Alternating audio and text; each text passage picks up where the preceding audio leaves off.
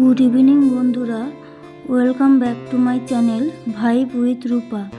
আমার শাশুড়ির হাতের ওই কনুইটা কম্পাউন্ড ফ্র্যাকচার হয়ে গেছে, তাই শাশুড়ি মাকে নিয়ে গেছিলাম ডাক্তারবাবুর কাছে এটা প্লাস্টার করানোর জন্য।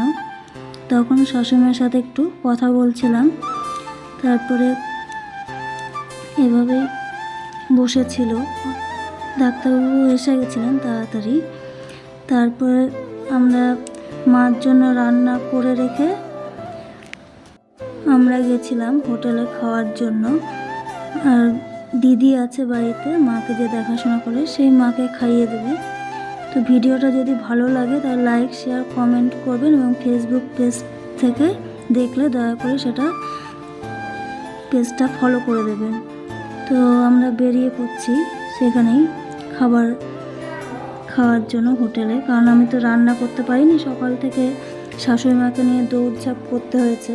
তো সেখানে একটা গরু এসেছিল, তো সেই গরুটাকে খাবারটা দিচ্ছি। যদি ভিডিওটা একটু ভালো লাগে তাহলে দয়া করে লাইক, শেয়ার করবেন। তো আমরা বাটারফ্লাই পৌঁছে গেছি, তারপরে খাওয়া দাওয়া সেরে নিয়ে আমরা বেরিয়ে পড়েছিলাম।